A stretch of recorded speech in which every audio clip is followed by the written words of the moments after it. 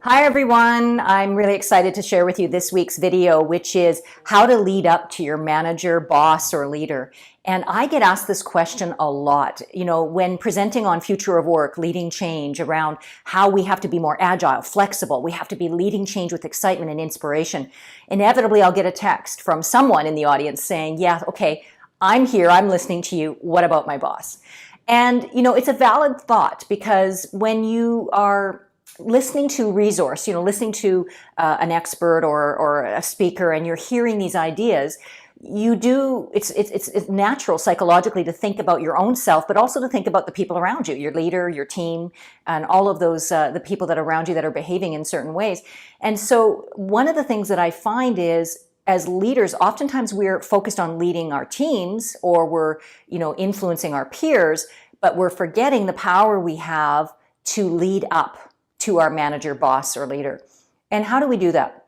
Well, your leader's a human being, just like you. And although they have the title of, being that supervisor, boss, manager, leader, they too are dealing with the same things you are: deadlines, goals, strategy, execution, moving things forward, change, leading change. And so starting with yourself and asking yourself, okay, what is it that I wish my boss would do more of? Or what is it that my boss is doing that I'm frustrated by? And just start with that, sort of taking the time to really identify what it is that is, difficult for you with your boss. Then from there, take the time to really be prepared before addressing your boss. So be prepared with, what is the change you'd like to see? Where do you think your boss could really make a difference in the team beyond what that he or she is doing right now? And remember that there's an art to helping someone succeed versus giving feedback or criticism. And there is a difference. Feedback or criticism is implying that the person giving it knows more than the person receiving it. When we're talking about helping somebody succeed, we're actually coming from a place of, I want to help. And it's from a place of sincerity, but it's also from a place of mutual accountability. It's not just about pointing the finger to say, you need to change or you need to do this. It's really more about, here's what the vision of what I'd like to see for us and our team. And here's how we, I think, together can make it happen. So that's the intention and approach you need when leading up to your manager or boss. So really take the time. What's their personality style? Take the time to look at, what are the things that they're bogged down with right now? Like, what are the things that they're really struggling to get through? And then also come with a very clear idea on what you'd like to see change.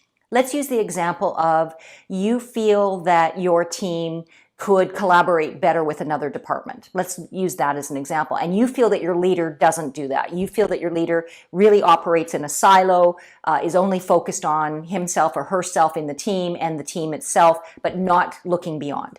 Let's use that as an example. So for leading up, you'd come to your manager and you'd say, hey, do you have a moment for us to talk? I'd like to talk about vision and strategy and execution. Now, by the way, as soon as you say that, most leaders perk up, because that's their wheelhouse, vision, strategy, execution. And then from there, sit down and say, I took the time to really look at where we are as a team. And here's the things we do really well as a team, and list them out. We meet our project deadlines. We work together collaboratively, whatever those positives are. Then say, at the same time, I looked at our, some of the things that we could improve upon, and looking at the data of our department output and looking at the data from other departments within the organization. And I really feel that we could really benefit from some more synergy with other departments. Like, imagine that if we here in accounting were to reach out to sales and to IT, how we could actually work together and solve more problems for the company. And I'm excited about that, because I feel that there's more cross-training opportunities between departments. I feel like we could really innovate more within our department and be seen as a vital player in the growth of the organization. So if you use that kind of language, typically most people would, at least at the very most, listen. Then the next part is, I'd like to help you succeed as a leader. Here's what I think you do really well, and I'd love to help with any of these things that I'm talking about today. How can I help you? Is there anything that I can take off your plate to support you with? Or is there anything that we can do together to help this cross-training initiative or to really expand beyond our own department? See, the key is not to go at your manager or boss with they're broken and they need to be fixed. It's really important that we look at, and this applies to any person, by the way, any human being. It's really important that we look at them with a positive intention, that they're doing the best they can with what they have. And that if we come to them with positive ideas on how we can be better, faster, stronger, then typically people will listen. So how do we lead up? You need to look at communicating in a way that they can hear you.